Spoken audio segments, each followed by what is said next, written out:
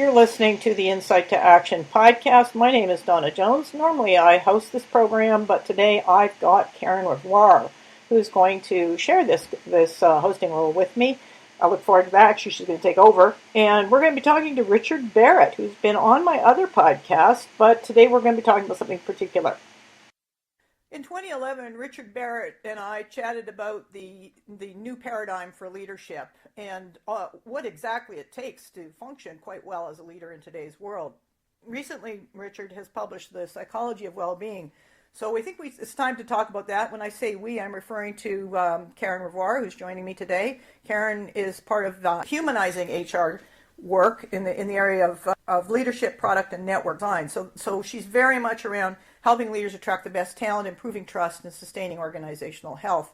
She's also been actively involved in leading digital change. Karen, can I just turn it over to you, and I'll jump in whenever it seems like a good time. Yeah, that's great, Donna. Thanks very much. And I am very, very happy to finally be meeting Richard. I've heard so much about his work and saw him in front of a Minds at Work session a couple of, probably about a year ago. So, and there's been many triggers, and Donna and I have spoken about this for us to want to reach out to Richard, and not least the latest sort of Uber saga has been a real trigger, Richard, for us to want to reach out to you and hear more about both your book and about perhaps some of your thinking. Good. Well, fire away. I personally don't feel it's that hard to solve some of the challenges that Uber seem to be having, and particularly, values can help, and how we translate value-driven leadership into behaviours. What's your thinking about the role values could play, or any of your work actually could play in helping get Uber on their journey? Well, the timing of this interview is almost perfect in a way, because I just released a second edition of the Values Driven Organization. And the byline on this new book is Cultural Health and Employee Well-Being as a Pathway to Sustainable Performance. And so the key, I think, for a leader is to be the guardian of the values of the organization, to not only just live them, but to be a role model for integrity in terms of understanding people's needs and responding to those needs in a way that employees can more than admire, but in a way where employees feel inspired. And yeah. that is a tall order for a leader, because most of us still have remnants of our ego, self-esteem, wanting to be out there, and so it's a question of overcoming that. And that's the key: overcoming your fears so that you can be a leader with integrity. Yes, and perhaps sticking to those values and taking them deeper. So rather than doing that, we seem to be jumping from one shiny toy to the next and one buzzword to the next. Did you know that emotions were back in fashion? Empathy seems to be back in fashion. Compassion seems to be a buzzword that's going around. What do you think to these buzzwords and this obsession with the latest shiny toy? Well, a lot to say about that. Often the latest obsession is simply an effort to try and do something or get something that is missing, without this deeper understanding of the verticality of life. What do I mean by the verticality of life? I mean that we all go through different stages of psychological development. We're all on the same journey, and that journey is the journey that I talk about in a new psychology of human well-being. And so when you say emotions are back in fashion, exactly, that's one of the things that I actually highlighted in that book is, we all have emotions, and, the question is, what is an emotion? And for me, an emotion is either an unmet need or a need which has been met, which you didn't expect to be met. So that would be happiness. We get happy when we get a need met that we didn't expect to be met, and then we get anger when our needs are not met. And if we think our needs are not going to be met in the future, then we feel anxiety. So there are emotions of the ego, but I also believe there are emotions of the soul. The soul gets very sad when its desires are not fulfilled.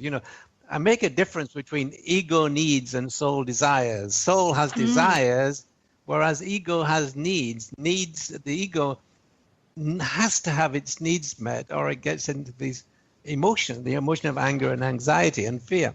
Whereas the soul has these desires to self-express, connect, and contribute to the world. And if the soul is unable to meet its desires, you begin to feel sadness. That sadness can then move into other deeper dysfunctions, mental dysfunctions. As you know, Karen, we find that in the workplace quite a lot. Yes, and I think we're finding it more and more, which is quite sad. So it's good actually to see emotions coming back into fashion, and hopefully we can stick with that a bit longer, and that will help, as you described earlier, leaders respond and sense what is really going on in the workforce. And the more that they can sense and respond to that, I think better everybody will be. What do you think is holding back some of the businesses from using values to make better decisions? Because it's not only about leaders and how they sense and respond, it's also about how they actually make decisions to move the organization forward. Why aren't they using values more to do just that? Well, I think two reasons. The first reason is they don't understand what values are. And the second reason is they get them confused with beliefs. So let's take the first reason. Whatever you need is what you value. So your values are a reflection of your needs. As you know, we do cultural values assessments. So we actually look at what values are showing up in an organization and what values are desired in an organization by the employees. Now, those desired values are a reflection of the needs of the employees at the stage of psychological development they're at, and are a reflection of what is missing for them. So in a sense, when you're looking at desired cultural values as opposed to current cultural values, you're always looking at what is necessary for the employees to feel that their needs are being met.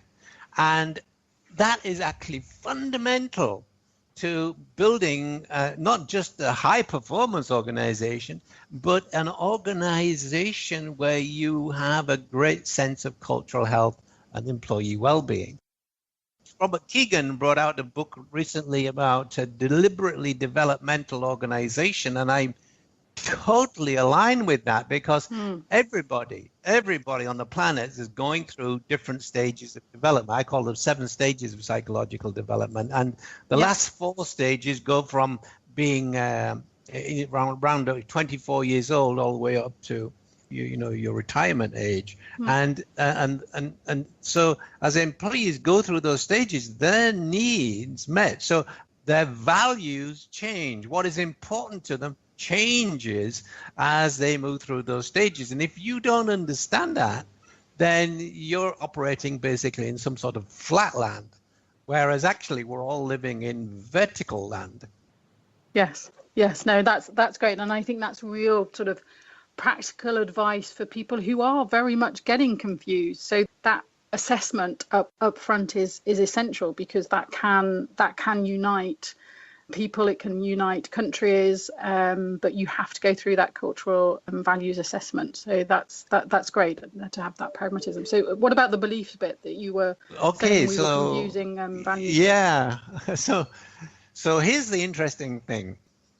When we are born, or actually from 3 months of gestation, for the first 3 months, we don't have a brain, and then the reptilian mind brain forms, and we have that brain from 3 months of gestation through to being born, through to about 2 years. That is the dominant mind brain, the reptilian mind brain. It's focused on one thing alone, that's survival. And it forms beliefs based on its experiences. Now, the same thing happens with the limbic mind brain, which then becomes dominant from 2 to about 7 or 8. It forms beliefs based on experiences about how it can feel protected and safe and loved. Mm-hmm. And then the neocortex becomes dominant and is still growing and developing as the other two brains were during that period. It still grows and develops up to the age of about 24. So, a teenager, for example, doesn't have a fully functioning brain, and that's why teenagers do stupid things. That's their excuse. I wonder what the rest of us can use.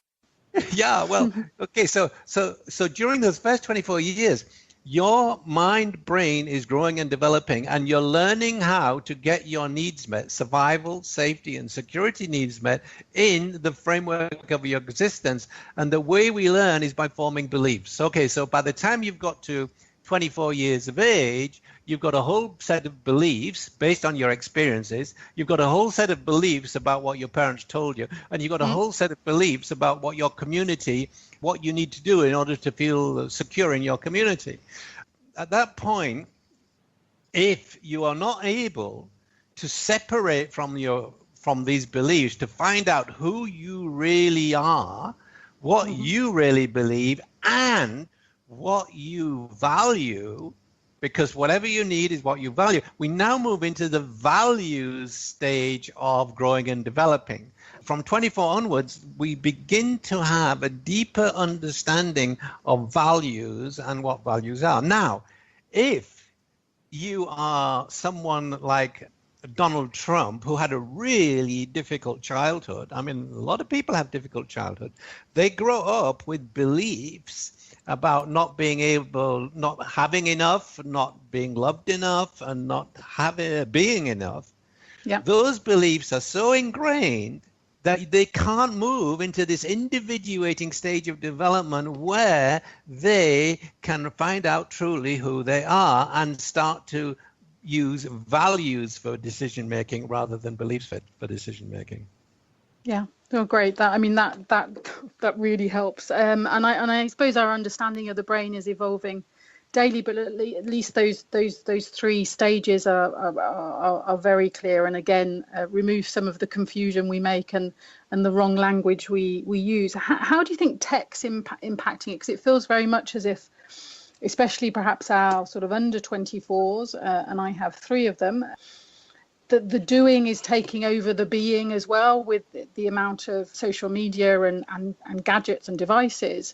So is that impacting their ability to be and their ability to understand what they really value? I don't think so, because these 3 stages of development, the needs are very, very deeply embedded. So that reptilian mind brain is totally focused on survival of the body. It knows what it needs in order to survive. That child, 2 to 8 years old, knows that it's totally focused on safety and feeling protected and loved. And now the child wants to feel protected and loved in its family environment because that's its main environment. But then from age 8 onwards, the child starts to go out into the world. The teenager is out into the world, and it wants to feel secure in that world. And in order to feel secure, it has to feel seen, and recognized. And the key for young people is to be seen and recognized. And that's why they spend a lot of time grooming. They even think about having little tattoos or wearing some sort of ring, some piercing with a ring, because they want to stand out. They want to stand out and be recognized, but they also want to be part of a group. And so they think that being able to stand out within a group, they get admired within that group, and they get recognition. That's what teenagers are all about, right up to the 20-something, 24 or 25, and maybe even some people never get out of that. I mean, they stay that way for the rest of their lives because they never actually got recognized by their parents. They were not seen by their parents. They never really were accepted in the group. And so they have this limiting belief, I'm not good enough. which stays with them. And you can tell these people, because I spot them immediately when I'm walking around the town, because they've got something outlandish about them, which says, look at me, see me, you know? Yeah. And and maybe there's some of them walking around the workplace as well. So, I mean, this is as relevant for our children as it is for the workplace, especially with tech and the speed in which some of our young founders are growing their businesses, and perhaps not growing at the same speed and developing at the same speed as they need to. Well, there is something really interesting, I think, about this new generation called millennials. Actually, I believe millennial is one of the most misunderstood and misused words on the planet, because for me, and the millennial is not somebody born in a particular period. It's somebody born in that period who was raised by self-actualized parents who allowed that child to self-express, encourage them to connect, and encourage them to contribute. These kids, when they get to their early 20s, are like a leap ahead of everybody who learned limiting beliefs about I don't have enough, I'm not loved enough, and I'm not good enough. These are children who are raised by parents who, to some extent, are dysfunctional, which is the majority of the population. In fact, every family is dysfunctional. I'm sorry to tell you this, Karen, but every family is dysfunctional to a certain extent. I fully accept that. I understand how dysfunctional we are. So these millennials have this, they've got this brilliant start in life because they don't have so many of these fears to overcome when they get to the individuating stage between 24 and 39. And in fact, they might even accelerate to a certain extent these stages of development. Not too much, but a little bit. Yeah, no, well, it's great. And it's great to hear some positives around the generation. I don't think we can put labels on people anyway, but I think, as you say, that one is a big misnomer. Just to, I don't think we can finish on values, but value-driven leadership for me is a great way of simplifying expectations and giving people role models. It also forces businesses to think about emotional and mental well-being. And I haven't read your book and will rush to read it and encourage everybody who's listening to do the same.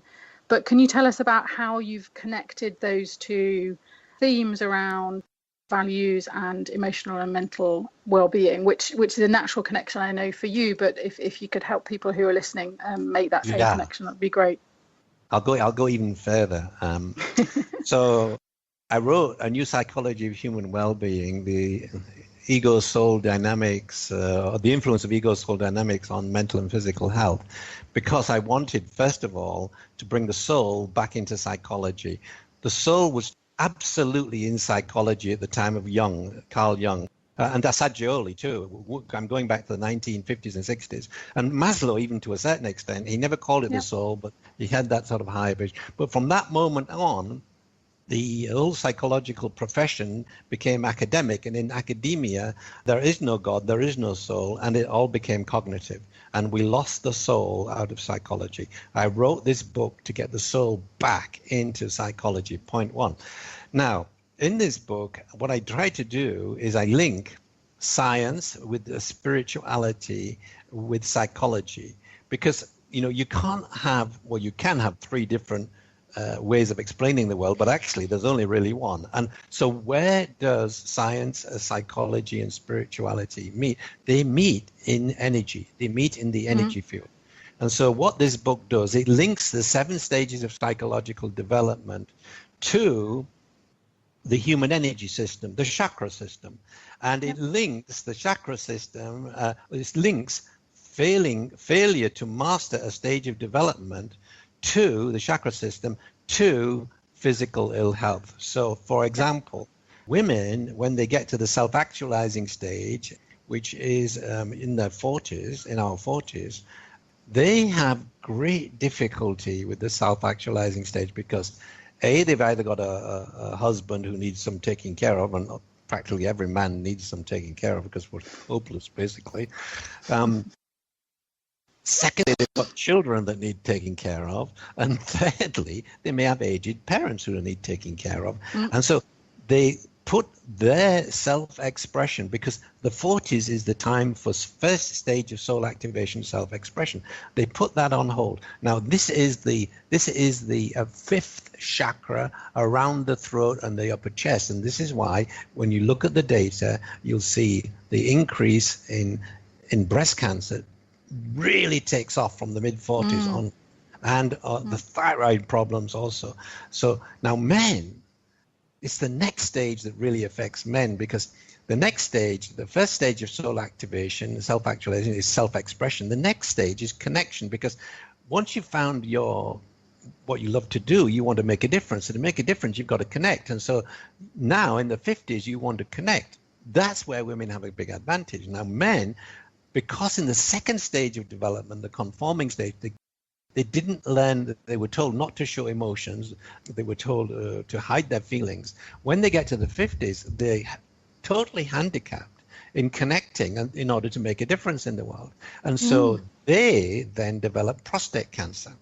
And that is linked to that stage of development. And then we get to the last stage, which is the serving stage on the 60s and beyond, which links through to the self-esteem stage, because if you didn't get your recognized and your self-esteem, when you get to the 60s, you will find it difficult. You won't have the confidence to go out into the world and make a contribution. And what happens then is you get the early onset of Alzheimer's and all of those other brain diseases, because you're not able to go out into the world and do what your soul came to do, because you don't have a soul. You are a soul. That's who you are. And your main purpose in life is to self-express, connect, and contribute. And if we could change our education system so that we taught kids that'd be fantastic. If we had workplaces that encouraged self-expression, connection, contribution, then we'd have fantastic workplaces. I think people do fundamentally want to contribute, but leaders do have to help them understand where we're going and why. So they have a huge role to play in terms of navigation. But I mean, this is a perfect example of where, some deep thinking might sound complex initially, but it actually helps you understand. It's a framework to understand so many things. So thank you so much, Richard, for sharing that. I think I'll go back to my husband and explain that he doesn't need to worry too much about prostate cancer, because he's definitely been able to express himself. And his second stage of showing emotion has been happening ever since we married 25 years ago. So it sounds as if the risks are pretty low. So that's good news. So thank you for that. We have a great window of opportunity to train machines and at the same time augment human potential, so the machines don't go off on their own. How would conscious leaders go about that? So over to you, Donna and Richard. Thank you very much. It's been an absolute pleasure to learn from you and see what a huge difference the understanding of values and beliefs can really make, both in our lives and in workplaces. Thank you, Karen. Gosh. One of the things I appreciate about the answers that Richard's given and the conversation you two have had is that you've dug into the nuances of things, which right now is critically important, because people with so much information being processed, it's almost like there's a lump of experience that people are immersed in, and unless you become more conscious, unless you become more aware of your surroundings contextually and emotionally inside, what are the forces going on inside yourself, you can't tell one driving force from another, and therefore people become overwhelmed quite quickly and give in physically, as Richard, you did a nice job of sort of direct drawing the relationship between what we're experiencing and the impact it has physically. So really appreciate the discernment between soul desires and ego needs, and similarly between values and beliefs, because from a decision-making point of view, values is the way you design the future, and beliefs is the way you keep recycling the past. So I did include Richard in decision-making for dummies, and a link to a great little video you did on that. I think it's on the Barrett Values Center site, Richard. Thank you.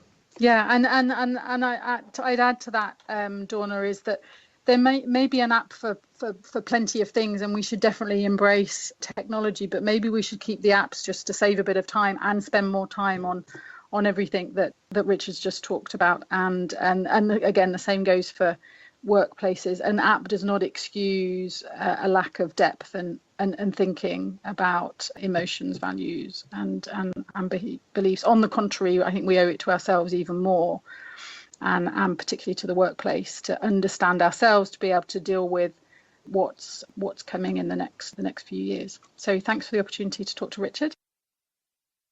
Yeah, so one thing I wanted to add to the conversation around individuation in the teenage years is that I have discovered through the role I play as I'm not sure, maybe I'll exaggerate and say the word mentor to a lot of youth who are disenfranchised for one reason or another. They've been through some horrific experiences, or they've become separate from their identity. They don't know who they are. All of those kinds of things. The most fundamental and the simplest way of helping or being with someone, like in at any time, it doesn't matter whether it's personally or corporately, is to deep listen, and that deep listening without any judgment is really transformational. It allows people to know that they are accepted for who they are unconditionally. And I know that when I started the first podcast I did in 2008 with I interviewed Nick Zanuck, and Nick was part of Ford, and he was telling a story about corporately when the executives would go down and sit down and listen to what people had to say deeply and genuinely, and not second guess them, and not have their mental constructs around what they were going to say next or how to respond and all of that. Just listen to them. Performance on the whole went up. So the way in which we can become more human is pretty simple. I will circle back and answer your question, Karen, but I wanted to include that because I think it's such a simple and yet powerful transformational skill.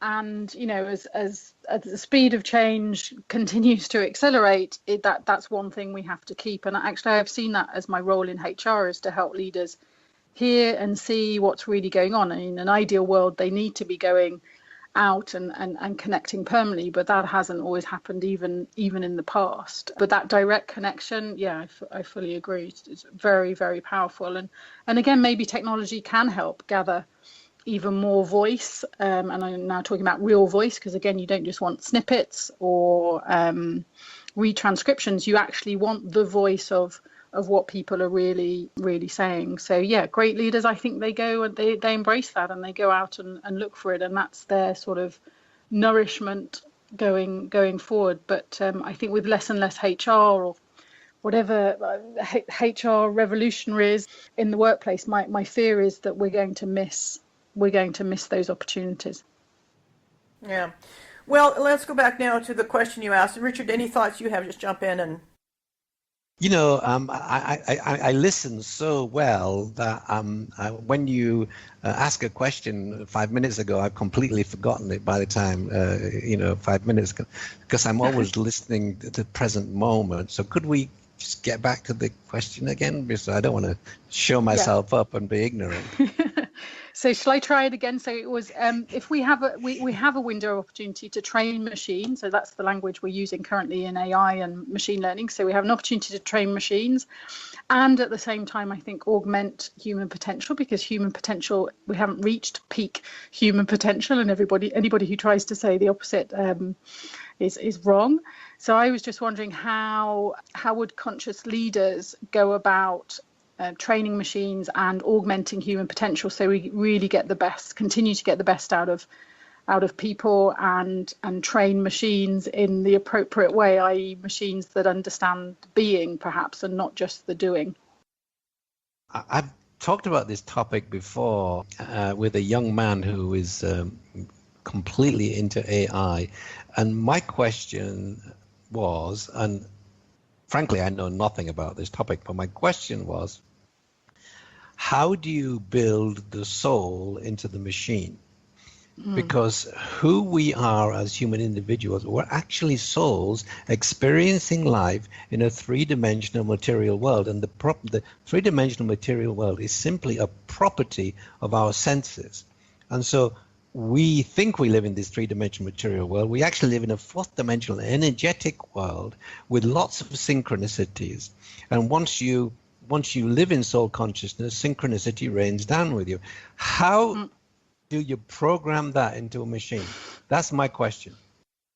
So now I'll toss my angle line on it, because I've been working on a virtual reality project to help people recover from that deep dive into the dark that takes place when you overlook your soul desires and you push forward on ego needs, and you are completely unaware of how context is shaping your emotional reality and your internal reality, your internal condition, if you will. And so one of the things that I've noticed over the years, I've sort of had a life that's been a learning lab of how humans choose to transform and evolve in their evolution as people toward consciousness, obviously, which is, to me, consciousness is I know that, Richard, you describe it as awareness with purpose, and I think that's really a wonderful way of putting it very simply. For me, it also includes a lot of compassion, the capacity to embrace all living things. Steal words out of, I think it was Einstein who said that. Anyway, point being that I think right now what tech can do is help us be better by simply providing us with some pointers to where we can navigate this complex world we live in with more awareness, with more mindfulness. So because a lot of people end up where they end up because they don't do self-care. They submit to the environment and give themselves over to try and meet other needs and expectations that are outside of themselves as opposed to being inside of themselves. And I think in order to tap into the deep creative human potential that we have, both individually and then collectively, there's a need for people to be able to be aware that they actually have that potential, and they won't discover it as long as they're burning themselves out in the environments of giving over without looking after their caring for their growth, caring for their evolution, becoming more fluent. I was just, both my daughter and I are empaths, which means you feel everything, see everything, and you see in people's souls, and you get a lot of information, and it's completely taken me out over the years. More and more now, people are understanding the value and the importance of energetic awareness and how to navigate it. And I was talking to my daughter the other day, and so really it takes a high level of self-discipline, high level of self-awareness that you develop over time, and with that goes a set of skills that allows you to put this into play and to practice it. So I think this is where, not so much AI, but more, at least I tend to lean toward VR for this,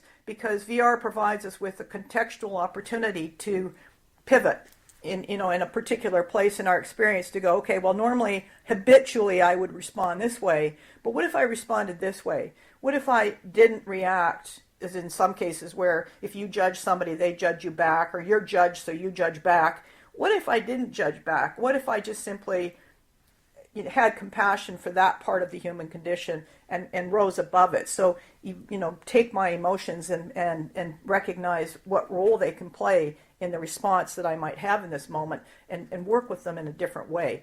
And I think there's a lot of value in that, because if you look at the polarization that came out of the election in the United States, and a lot of the polarized issues that are coming out of Brexit, the post-Brexit in the UK, much of that's driven by a lack of awareness. Where does this dynamic take us if we continue to make other people wrong and not move out of that ego-centered response? Where are we going to go as a species? And I think we're at the point where we're compelled to go to a much higher level of perspective, of outlook, of functionality, collectively and of course individually, because we're on a planet. And a lot of the decisions I see being made are being made on the assumption that we're still a nation state. And if we just stay at that level, then all will be well. And of course, it's just not true. I've just finished a piece of work called the Global Consciousness Indicators. I've found the relative level of consciousness for 169 nations. So I can rank nations all over the planet by level of consciousness, relative level of consciousness. And of course, as I rank them by level of consciousness, I can also rank them by what I call world views. For that used to be called spiral dynamics. I'm in the process of reinventing that. The highest level of consciousness that we have on the planet right now, we have what I call people awareness, and the next level down is called world awareness, and then national awareness. Now, in Brexit and in UK and in the USA, the nations were approaching world awareness, were beginning to live in world awareness, but there were people who had not got their survival, safety, and security needs met, who had got left behind economically and educationally, and a large proportion for people like that. And they're saying, what about me? What about my needs? And what that's done is it means that we're dropping down. The UK and the USA are dropping down from world awareness to national awareness and creating all sorts of conditions that are familiar in national awareness, which is we don't like foreigners and we don't treat women equally. We have a justice system that believes in capital punishment. Whereas you move up to world awareness, that begins to change. And when you get to people awareness, which is like most of the Scandinavian nations, that's completely changed. There's true equality, or a much better level of male-female equality. The justice system isn't based on punishment; it's based on rehabilitation, etc. So we have to recognize that every nation is a crucible of consciousness for a particular worldview, and my belief is that we're not going to evolve. Humanity is not going to evolve in consciousness unless we deal with each nation, and the problems of each nation have to be dealt with by the leaders. And once those are dealt with, then that nation can move to a higher level of consciousness. And there's no quick fix to human society living at the highest level of consciousness. It requires work, just as it does in an organization. It requires work. And for the last 7 years, we've got a group of people who we pulled together who have been doing national values assessments in 27 different nations, and we're all experimenting on how to move up nations from one level to the next. There are some nations which are falling back, USA and UK, but there are others which are wanting to go forward. There are others which are quite stable. Now, and it doesn't depend on democracy, because it depends on whether people are happy at the worldview they're at. So in the United Arab Emirates and in Saudi Arabia, you've got a much higher level of social cohesion than you have in England and Italy and even in Iceland. Why? Because they're getting their needs met at the stage of development they're at. That needs to be understood. Yeah, no, that sounds absolutely fascinating. And where can people go to follow that work, Richard, that you're doing? Well, I haven't published it yet, but I'm just putting the finishing touches to a book called Everything I Know About Values, and that's where it's first going to appear. It's only 3 pages long, so it's not a long read. I'm joking. No, but as you say, it does take a bit of work, but it's worthwhile work. It's actually it's a book you can read. It's about a third of the size of my normal books. It's about 90 to 100 pages. You can read it on a plane, and that's where that work is going to. But I've got a much bigger book coming out with the same sort of depth and size of A New Psychology of Human Wellbeing, which is going to address the whole issue of what I call evolutionary dynamics, where I'll expose this whole idea of these global consciousness indicators. So, watch this space. It's going to come up this year somewhere. But again, I think that was what we started out with. I think you need a bit of depth of thinking to solve the real problems, rather than just throwing new shiny toys at solutions that do require that depth. And to the point at the beginning as well about culture change, it is possible, but it does require proper cultural assessment around values and then behaviours. I think, just in summary, I love the conversation, and particularly what we just covered, because this is sort of allows us to recognize what we're capable of. We're capable of a whole lot, and I think the answer to the question around how nations evolve is where tech can help, because if you gamify the experience, you automatically engage people at levels at the energetic levels, at a level that they would not psychologically say yes to. So I think there's some opportunities there that certainly another colleague and I are working on, and perhaps there's some overlap here, ways of exploring interconnections there. But no, thank you both very much. Great fun, and lots of material here for listeners to take and apply to their lives. Any final thoughts from either one of you? I'll go first. Yeah, I've got one final thought that is fundamental, and that is we've got to get into understanding the verticality of life and the verticality of consciousness. We've got to stop looking at the whole world like a huge flatland. Karen? I encourage everybody to be as conscious as possible, to spend a bit more time being and noticing rather than doing, and filling our lives with more and more tech. I think tech I see as a great opportunity, but it mustn't take us away from the being. So it's okay to stop doing. All right. Thank you both very much. Take care. Thank you. Great fun doing that with Karen and Richard. I hope you enjoyed that program. I think the last part that Richard talked about is particularly important, given that we need to upgrade consciousness overall in order to be able to handle these complex decisions. The whole mindset has to shift. The way we perceive the world and the kinds of assessments we make in terms of impact of decisions is pretty critical. I write for the Huffington Post, Great Workplace Cultures. I blog there monthly. Keep wanting to say blob. I blog there monthly. I also have written Decision Making for Dummies, which is a bit more of an advanced decision-making book on designing your decision-making environments in personal growth and failure and all those kinds of things. I've also contributed a chapter on the new purpose of business to Ervin Laszlo's The Intelligence of the Cosmos, coming out in October, published by Inner Traditions.